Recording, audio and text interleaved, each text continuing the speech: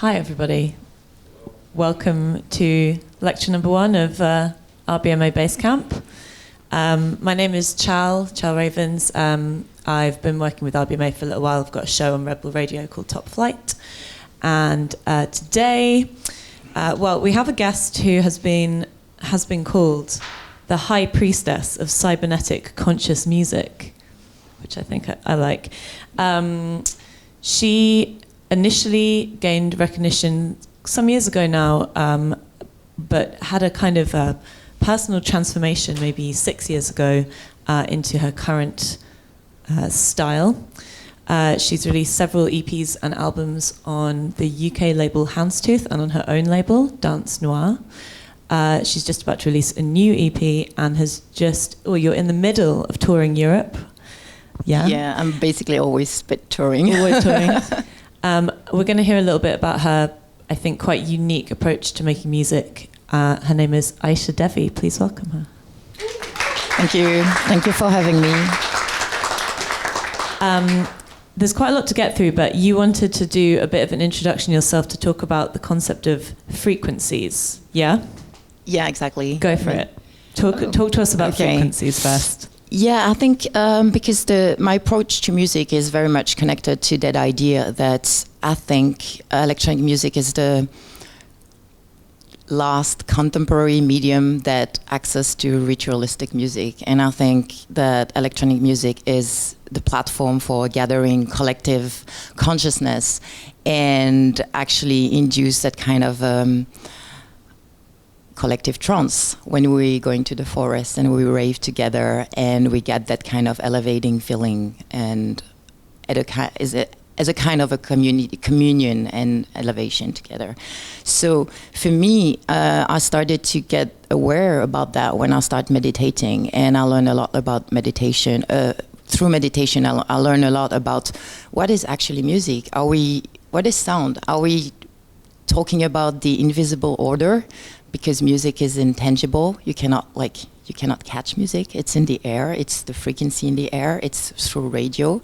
It's something that doesn't really exist. It does exist only in our ear, and it does exist also physically and in our body. So are we only talking about the invisible? Not really, because actually in quantum physics and modern physics theory, it's acknowledged that the origin of every matter, everything that you see, every form and non-form is actually manifested by a vibration, and the vibration is a frequency. So we can definitely say that sound is the source of everything, the living, what we see, the matter. So I think that's why ritual music is so important for me, is that with the good intention, you can, and that's what I'm aiming to do, produce music that is able to transcend to other dimensional space. We currently live in the 3D, so we see stuff. We acknowledge the existence of, the CDJ here or the computer, but there is acknowledgement of 11 dimension, and scientists still don't know how we go there. And I'm quite sure that with a good intention in music, you can actually transcend and elevate ourselves to upper dimension. And I'm trying to produce music that is anti-gravitational, so that you maybe have seen some images of a frequency that is able to levitate things. And I think that we are actually able to produce this kind of sound with our body, our voice, and with specific frequency from the computer. And I think that pop music actually is very submissive to our human condition, that we have to stay on the 3D. But electronic music actually go elsewhere, and we can experiment this. And it's very empowering for me to use these techniques, because I can feel the reaction when I'm playing live, and I have actually different little tricks to produce this kind of altered state of consciousness, and that I apply on the music and also on the voice. The voice, it's something, it's pop. Every instrument in the world is vibratory. You play the piano, you hit a note, and then it will actually tap on the chord that will vibrate, that produces sound. Same with a guitar. Same with a wind instrument. You blow, and then it will actually activate a blowing and vibratory thing. So I think the voice is the most powerful vibratory instrument that ever exists. Every animal has their own vibratory speed, and every human has a different vibratory speed. I don't have the same voice as you has. Everybody has their own signature and their own frequency, and that's what's really interesting. And that's what's actually used in ritual music, like by shamans, for instance, to guide people to through invocation, through mantra. It's used by ancestral culture, and it's only in Western country that we don't acknowledge that the voice actually can induce and transcend.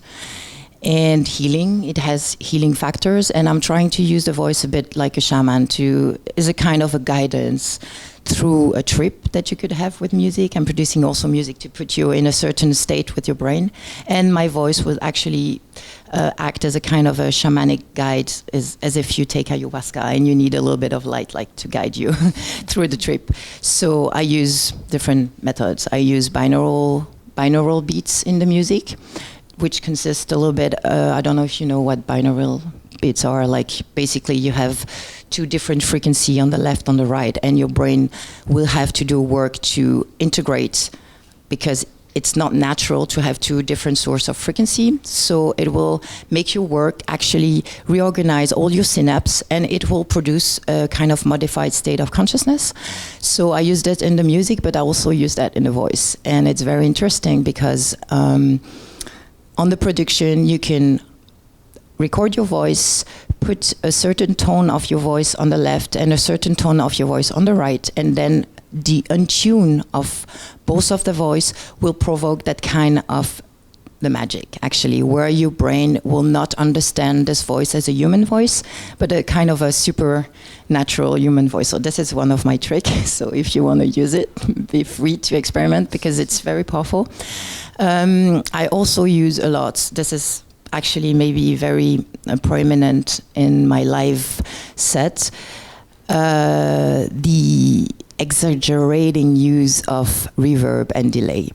You know, in pop music, when you hear pop music now, I like pop music, but it's very, again, submissive. It's very framed. The use of the voice is super compressed, and it really stayed inside that human condition of the voice. It's a bit of auto-tune, but nothing really crazy. You have to go outside of the pop music to understand that voice has been experimented as a different tool. Like in metal music, guttural voices are performed. In dub and reggae, the amazing use of delay and echo that transform the voice.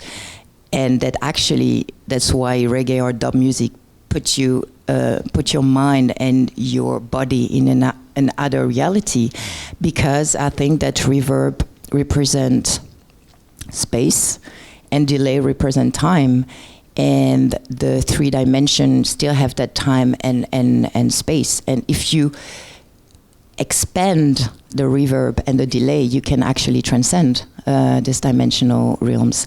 So I'm using huge reverbs and huge delay that actually, normally, if you go through a program, any kind of plugin that is mimicking a reverb that has that name, you can mimic a reverb of a room, you can mimic the reverb of a tunnel, you can mimic the reverb even of a cave, you can mimic the reverb of a church, but this only mimicking space that does exist on Earth. So I like that idea to produce a reverb that doesn't exist on Earth, that is so huge, that's almost cosmic.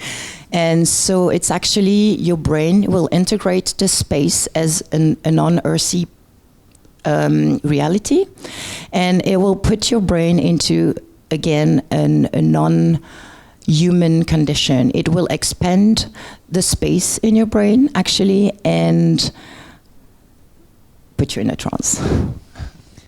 I think when you're playing live, the voice comes through in an even stronger way than when you're hearing it on record, obviously, because you can see you actually doing it. Can you tell me, I mean, you've mentioned this a bit with setting yourself against pop, but tell me how your approach to your voice differs from pop music differs from someone who's making electronic music and singing over it? Like, yeah, I really think that pop music use voices as informations, and I think they have story to tell when they are like doing the songs about, oh, you left me, I have broken hearts. It's all about the information. So there is a kind of not awareness about the frequency of the voice. Of course, you have a voice that touch you and really get into your bones and you're like moved by it. But it's something very unconscious. And actually the treatment of, again, in pop music is very squared and doesn't go outside to transcend that our human condition. At some point it's always referring to a very anecdotic thing. And I think that it's not that I'm against pop, it's just that I feel connected to ritualistic music. I feel connected to invocation, and that's also why I love electronic music, because it has that ability of infinity. For me, electronic music is that space where the pattern is repetitive, where actually when I'm playing, it's just good because I'm in a trance. I'm improvising, and it's very much the impact of the audience they have on me, and that kind of ping pong responding to a certain energy, and I will never sing the same. So I don't even know. I'm in that space where I'm in a trance, and I try to put people in trance, and also with that idea behind my mind is to heal people, you know. And I don't think pop has that intention, you know, apart from selling. And I think more and more musicians now gather this kind of knowledge and know how frequencies impact our body and our mind, and has the ability, I think that music has the ability to reorganize ourselves and even change our DNA, you know, because this is just a representation of the mind, it's the perception. So. And you've explored some other singing styles as well, haven't you? Like throat singing? Yeah, exactly. Throat singing is something that comes naturally with meditating. And as I have ancestors, I mean, my father is from Nepal. I grew up in Geneva, in Switzerland, so I felt a bit like oppressed by that Calvinist system and everything. So I needed to grab myself onto something that was different, something that I could connect with. And I plunged myself into Asian and ancestral knowledge. It's not about religion, it's about the knowledge of Hinduism, pre-Hinduism, the Vedic notion, the Buddhism, and even paganism and animism, you know, where voice and ritual music actually was used as the essence. Music is it's an incantation. It's a collective healing, and it's normally performed by a priest, you know, so yeah. Can you explain how throat singing actually works? So throat singing, it came across to me with Tibetan monks, and they would actually have a ritualistic session, like kind of a prayer, and they will start very, very low pitch, and they will sing for 1 or 2 hours, and then it will increase speed and increase pitch.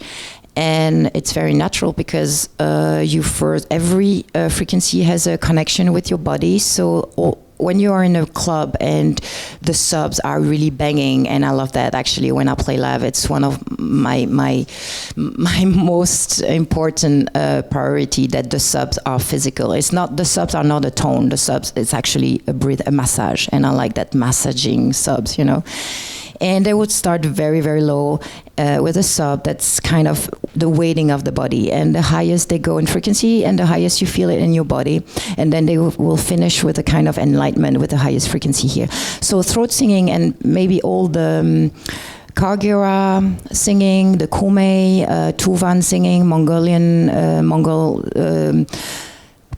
polyphonic singing actually is a kind of special resonance that you can do with your body. So throat singing, you will actually make a resonance, you find a resonance cage in your lungs that will act and produce a second resonance. So you have your fundamental resonance, and with the vibration of your cage, you will have a second one, and it's magical because actually you feel your whole body vibrating, especially in the throat singing that is low. I like it, and it will again act a little bit like a binaural because the second frequency is a bit detune compared to the first one. So you get the oscillation that will provoke magic in your body. And I don't know if I can do it now.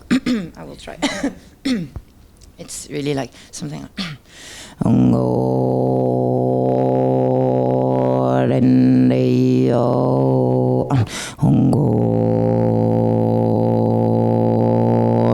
so yeah, normally I need to a bit train a bit more, but you can have a little glimpse of the and what's funny with the human frequency range is that our range is in between, depends for male and woman, of course, but I was always frustrated not to have a deeper voice, and our frequency is between 100 hertz and can go until 8K or something like that. So it's quite small in the range of instruments. And I was always frustrated not to have other voices. And when I discovered that, I was happy actually that you can disintegrate the idea that you have one voice and you can actually develop multiple voice. There is also the kume, they're doing the resonance in the nose. I cannot do it. It's really, really difficult because you have to find the resonance in the nose. It's quite, but I'm working on it. But it's just a kind of initiatic thing that goes with the music, with the idea of finding the right frequency that will make everybody levitate. Can we go backwards a bit then? Because you're actually a soprano, a classically trained soprano, right? Can you tell me a bit about your kind of early experience with music, and were you in a choir, or what kind of singing were you doing? Yeah, I mean, it was mainly an amateur choir, but I learned the technique, I learned the rules, how, of course, you have to breathe. But the problem for me in classical music is that you are square into a technique, and there is a right and a wrong. And for me, music has no right, no wrong. I mean, for me, producing music, you know the rules and you break the rules. It's all about, that's why electronic is so empowering, because you define your own territory, and there is actually no limits. And I was trained with this voice, and I love to use it as a soprano. It has a also an impact. A little bit classical music sometimes has also that idea of entrancement with the polyharmonization, the way it was also performed in churches. But this was used to hypnose people for a certain idea, you know, for a submissive idea or for religion. And again, I'm using all this little technique I've learned and grab them and kind of transfer them into another place and hijack the clubs with this, because I'm still using sometimes the soprano voice in a performance. Yeah. What was your first encounter with rave specifically? The nature, I mean, forest. In Switzerland, there's that kind of very tradition idea of raving, collective rave, but in nature. So it would be very secret. You have to find your friend, where is it? So there is that kind of excitement. You're doing something illegal, and it's very empowering and very gathering, and you feel you belong almost to a kind of little cult, you know. And it's been very powerful, because it's the first time I had subs like going through my body, and actually all this kind of let go vibe, you know, where you feel that music has so much power on your bones, so much power on your cells, and you're transformed. I think for me, raving was the transformative experience. And the first time I heard electronic music was Pansonic on live, and it was only harsh noise and frequency, and I was oh my God, I almost puked, I must say. I felt like something that was very violent and brutal in my body, but I loved it because that was like the waking up call. That was the thing that music has such an impact on you, just frequency, you know? And I realized that I needed to use this frequency to spread some knowledge and that the power of frequency is real, actually, yeah. So you were releasing for quite a long time until the sort of rebirth, I guess, as Aïsha Devi. Can you tell me a bit about that experience? Because I believe there was a particular moment at which you decided to return to your real name. Is that right? Yeah, I think, again, I found myself because my family is not typically Swiss. I mean, my half sister is from Jamaica. My father is from Nepal. My stepfather is from Tunisia. He's a Tuareg from the desert. So, I mean, I integrated all this different perspective in the world and never found my place really in Switzerland. And I think every strong transformation in me happened in nature and abroad from Switzerland. So, yeah, it was in the desert. It sounds a bit cheeky, but I was meditating in the desert and I felt so small and I heard noises because even in emptiness and even in the cosmos, sound is there. Sound, space is sound, you know, and I felt that and I realized that also in my music I didn't need to put so much information, but actually again space and reverb does organize the sound as a kind of energetic field, and it came to me like a knowledge, and I decided that I didn't decide, actually it came on my mind. Of course my real name is Aïsha Devi. It's Sanskrit and it made sense with the path I was on, you know. It's interesting that you mentioned dub and reggae at the beginning as well, because I think there are lots of similar ideas happening here, and this idea of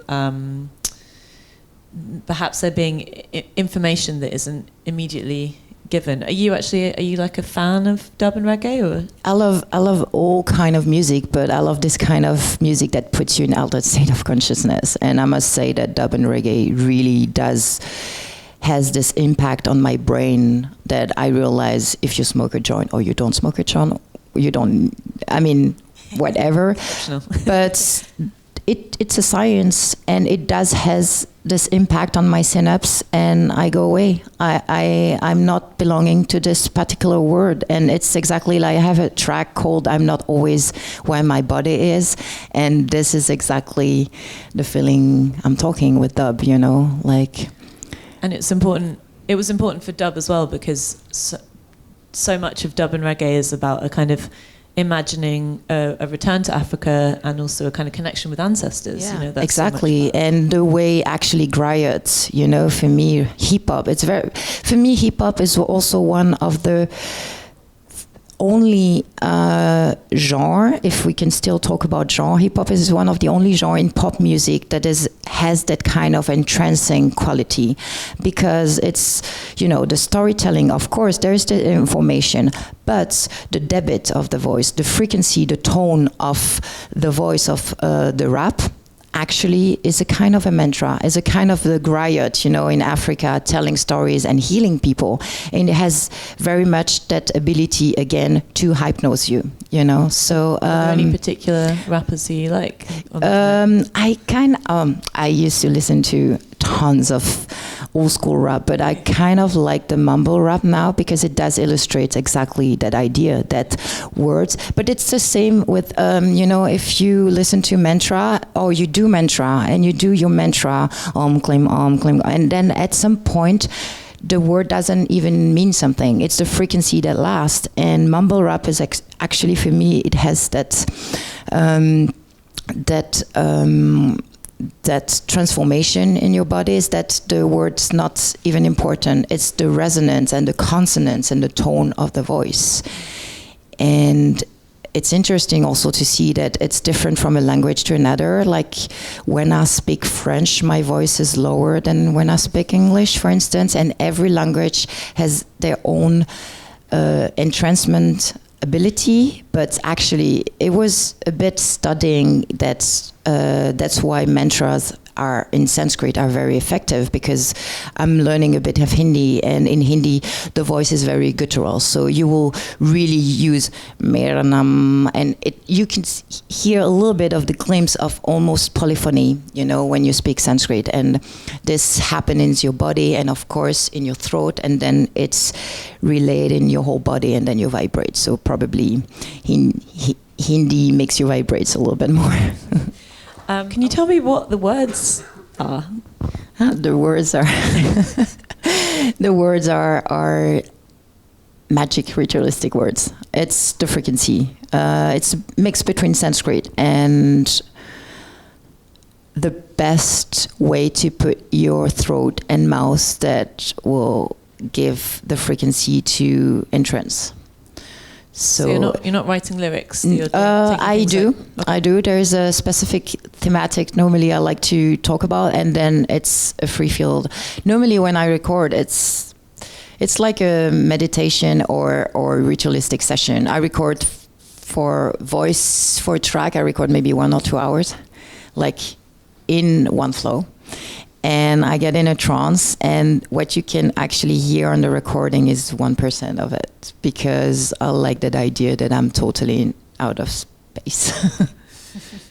Tell me a bit about your studio, your setup, and what you would do to create a track like that. What's gone into it? I'm very much concentrated on my laptop, because it's a bit my base. It's like, for me, the laptop is my brain extension, and I love to use as long as I love to use the machines on live, because I think I love the interaction between the oscillation and the gesture that has the impact on the oscillation, and then the oscillation change, and the audience feel that there is the gesture impact the sound. I love that, and I'm using the JP-8080, the Jupiter, which is an amazing machine that was produced in the 90s and used for making basically trance music, like that kind of huge trance anthems, because it has the specificity of the super saw, and the super saw is actually a kind of a binaural by itself. It's kind of untuned to frequencies, again, always coming back to that binaural thing. Sorry, could you break down what a super saw is and why it's the trance sound? A super saw is basically a frequency that is combined with a second frequency, and the saw, you get different oscillation, but the saw is very much like the saw, like up and down like that. So it's very squared. Very scratchy. Sharp. Yeah, scratchy, exactly. It's very scratchy, and with the super saw, this is the saw, and the super saw is the combination of two frequency, and one is a bit altered, one is a bit untuned. So it will act exactly as a binaural, and it will fuck up your brain, literally, and especially because it has that scratchy ability. You can go on the high frequency are insane. And because, again, the low frequency are impacting here, the medium here, high here, and the highest frequency will work on the highest part on your brain, actually. So, yeah. And that is, it's the trance sound, isn't it? It's like when you think about exactly. Trance, it's that. Yeah, the trance music name after this, that idea of trance. So if you're recording maybe for an hour with your voice and getting into a trance yourself, but then you're fixing that all up on Ableton and arranging it, how do you maintain a sense of extra dimensionality and all of these things when you're like looking at a screen? Do you ever find that just being on a screen kind of takes you out? No, I don't actually, because like when I do EQ, you look at your EQ and you do a little bit like that, but for me EQ is in my head. It's all a spatialization in my head. So it's the same with my computer.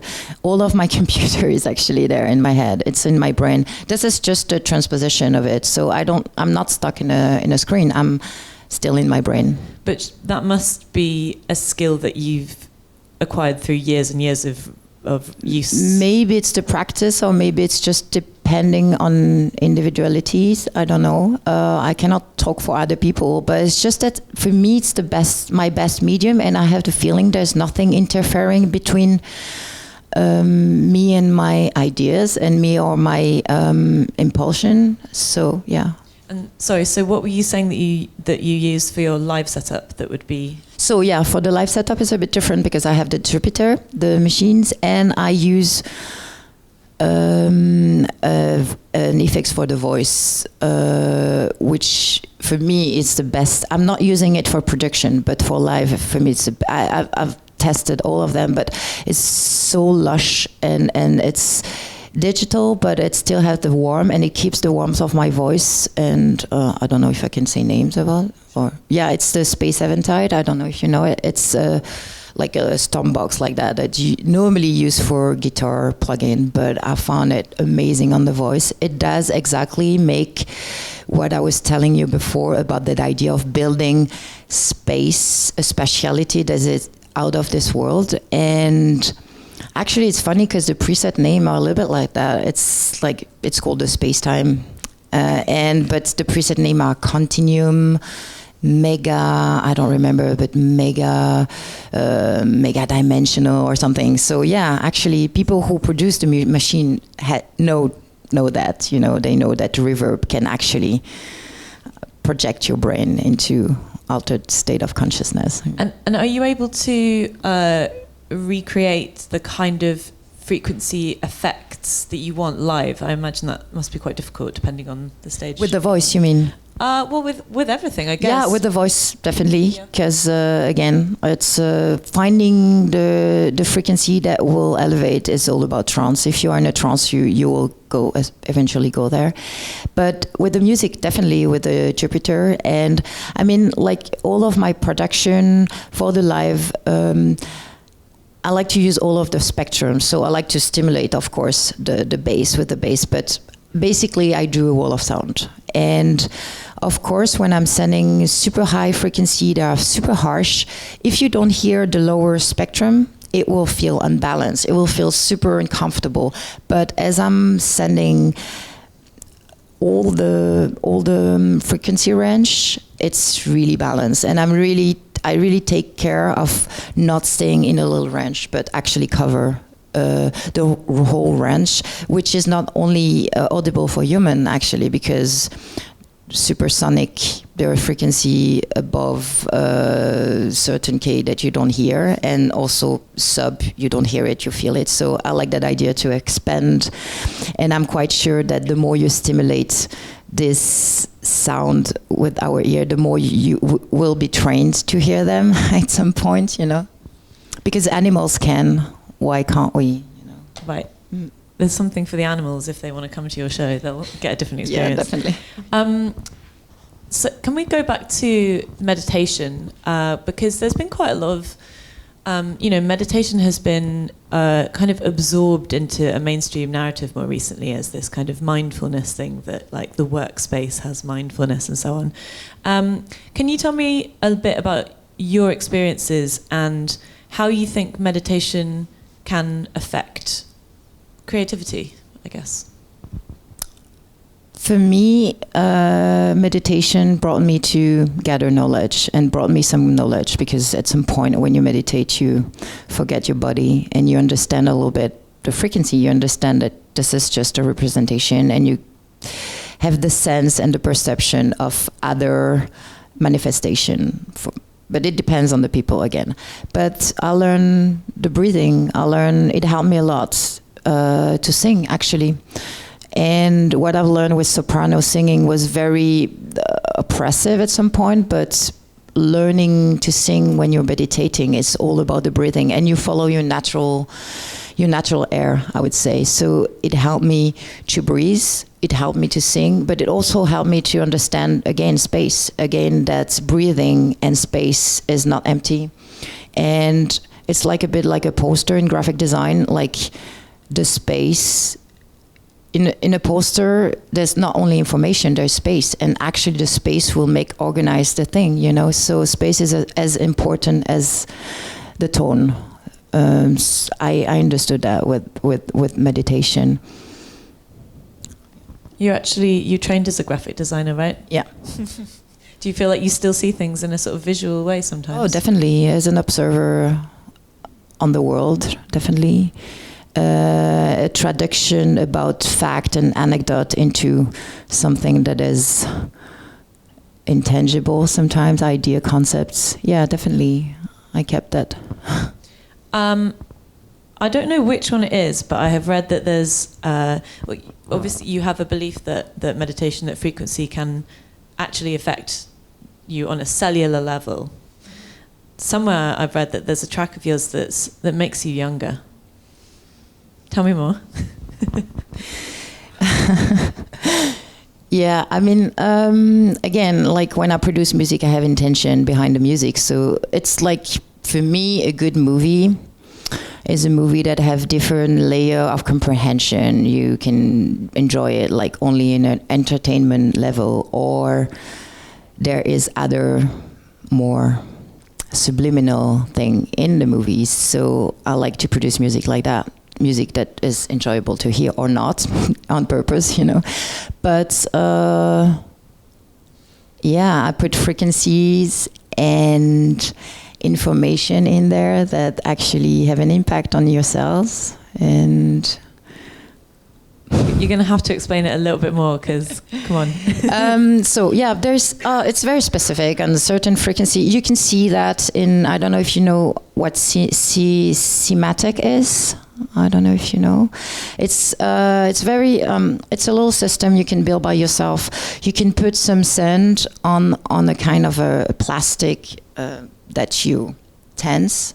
You put sand, and then you would like use a kind of a tuyau. How do you call that? A tube, and then you will send with your voice some tone, some frequency, and then you will see actually that the frequency you're sending to the sand will organize. Oh, I have seen that. The sand actually, and you will create pattern in the sand. It can be even more visible with some professional thing. You can find that on internet. But I built my own. I wanted to see the effect. I had to see that with my eyes, that actually frequency organize matter. And the highest you're singing, the more delicate the pattern will be on the sand. It's very impressive at some point. So acknowledging this, you realize that this certain frequency has the same impact on your system, on your nervous system, on your bones, on your cells, on a very atomic level. And I think that's what interests me in music, that you have an atomic impact on people. So that's what I'm using certain frequency to have that atomic impact on people. I read an essay recently which I would massively recommend. It was in the New Yorker, and it's by the New Yorker music critic called Gia Tolentino, and she grew up in Houston. And she talks in this essay about how she spends the first 15 years of her life attached to a mega church on the outskirts of Houston, where it's like thousands of people come, and it's strict, evangelical Christianity. And then at 15 years old, she kind of is losing her faith a little bit, or questioning, and she sits in the car and puts on the radio, and because it's like 1999 in Houston, it's DJ Screw, and she discovers Chopped and Screwed, and it like changes her direction in life, basically. And then she fast forwards like 15 years later, and she's talking about the drugs that she's taken in that time, and when she's tried lean and then mushrooms and acid. And she talks basically about trying to understand what it is about both religion and music and the drugs that are somehow connected, that she's reaching towards something that's the same thing. And I feel like I only read it the other day, and I felt like that had a complete connection to what you're doing. Maybe the drugs, maybe not, but this connection between music and not religion, but a spiritual yearning seems to be something that runs right through your music. But yeah, definitely, again, the essence of music is not entertainment. The essence of music is ritualistic. I mean, if you go further as we can go, music was there to bury people. Music is there to announce a birth. It's something very connected to our initiatic trip at some point, and music was used to heal people, like the shaman, you know. And then Judeo-Christianism enter the scene, and they actually cut people's power, the ability they had with music. They burned the witches in Europe, so they actually erase all knowledge that was connected to the invisible, like the power of music, and they took this knowledge to perform it for themselves, you know, to expand Judeo-Christianism. And that's why it's really connected, because actually when you go to a church, you have, again, the big room, so a big reverb. Of course, it's a trick, you know. When you sing, I used to go to the church when I was a kid, and when I was singing in choir in the church, you feel something, definitely, with the polyharmonization, that it's entrancing. They know about, the church, Judeo-Christianism, know about trance, the pieces that was written for religious communion. It's using exactly the polyharmonization, but the Western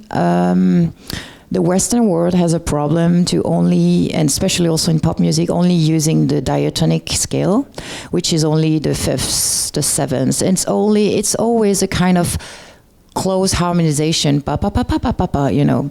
And I like to look to the non-diatonic scale, the Byzantine scale, the pentatonic scale, Chinese. I use a lot of semi and quarter tones also when I'm playing live, because I think this is the entrancing tones.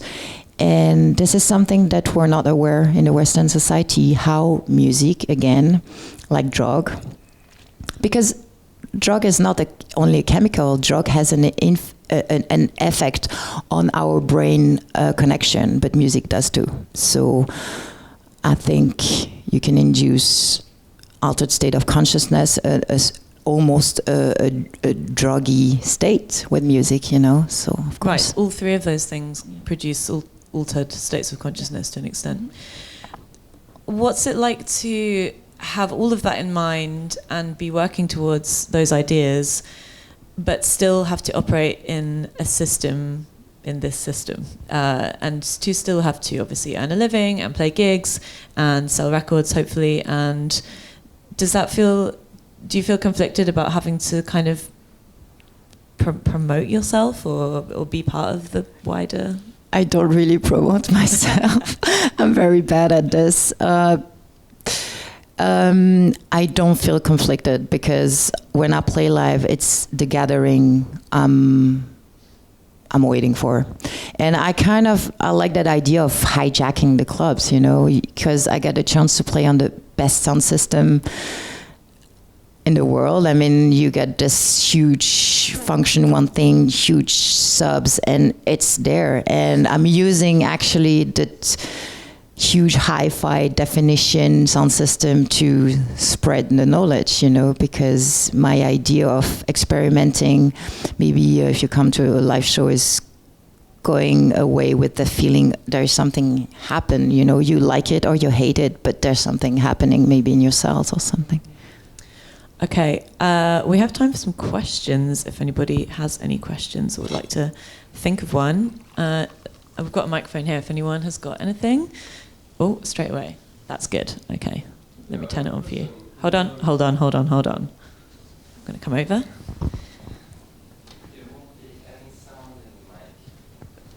Okay. Oh, okay. Yeah, I have a question. In the song we heard, besides the reverb and the cutting of the vocals, did you alter them in any other way, like stretch them or? Definitely. You did, yeah. Yeah, I did. Because again, like I was always frustrated with the idea of having a voice that is this range. So I love to pitch and alter the voice. And you know, like this is also the effect. When you hear, you recognize a human voice that is pitched so much, like I think it's plus 12 or something. It's really one octave more. I cannot sing like that. It's very frustrating. Me neither. But it does have an impact again on the brain. I love doing this. I think it's just, it does open some different territories that you're not able. And I think electronic music is so empowering. You can do this, you know. We have the freedom to do it, so do it. Are there any other kind of vocal processing kind of tips that you might have, or little like shortcuts or things? As I love to provoke and produce kind of ethereal voices, a lot of sound producer will say never altered the main channel of the voice, never put effects or reverb on the main channel because it will alter the voice, the core of the voice, and I do the opposite. I do almost put every effects on my channel voice because then it will put out the weight of it, and I love that ethereal disintegration aspect of it. Yeah. Anybody else on there? Yes, please. I have so many questions. But it is recording. I was wondering, like, I actually have two questions.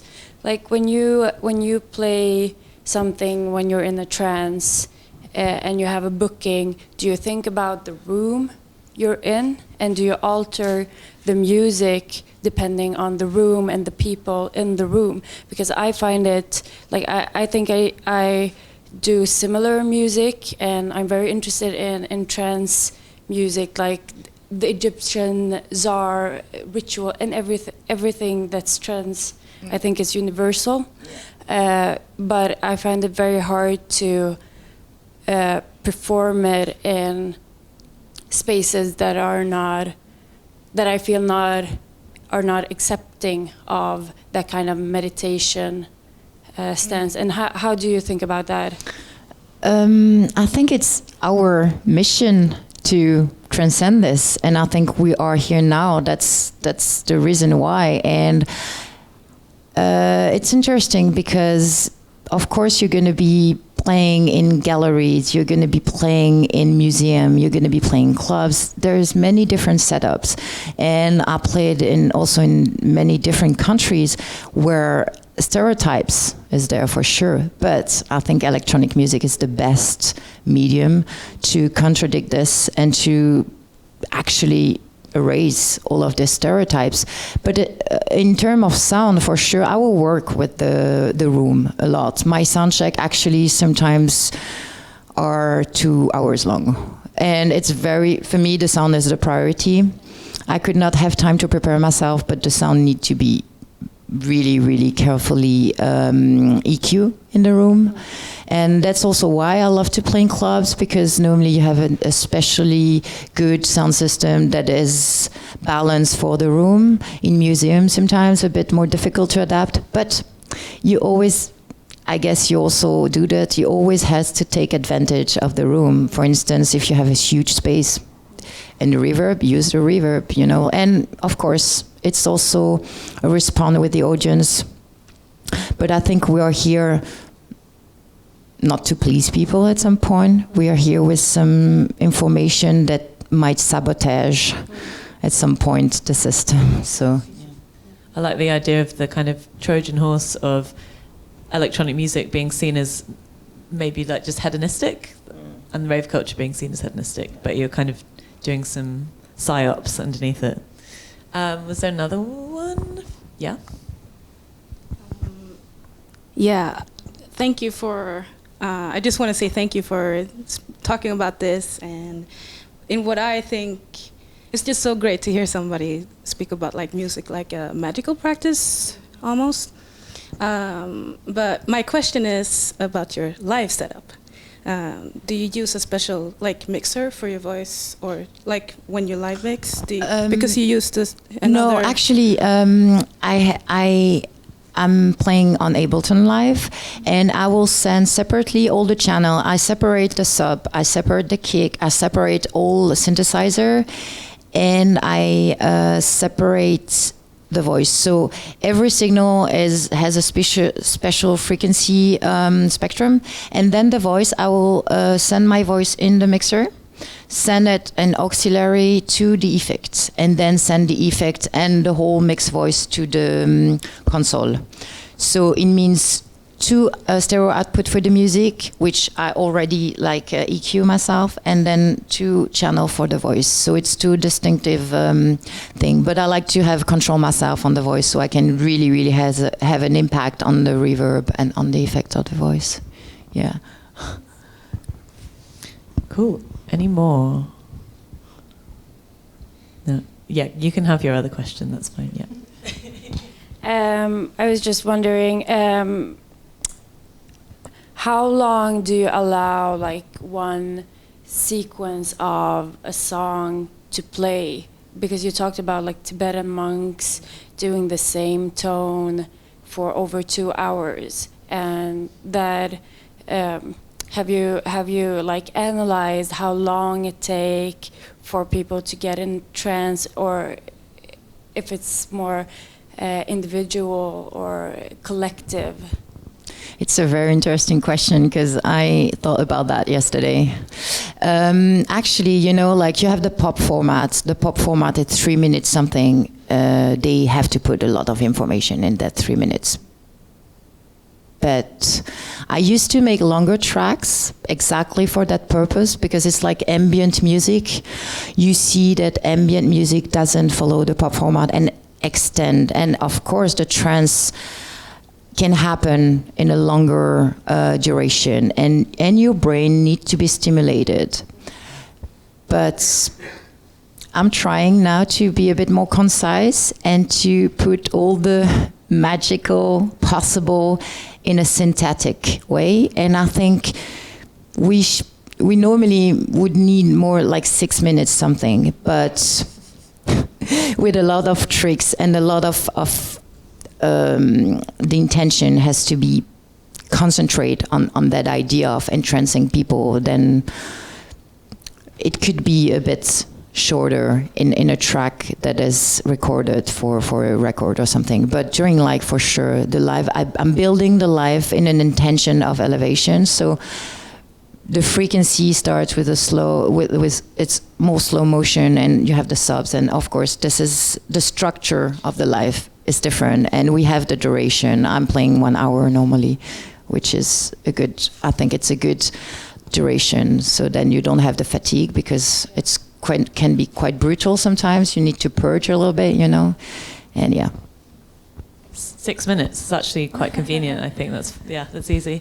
If that's all, then I think we're going to say thank you so much to Aïsha Devi.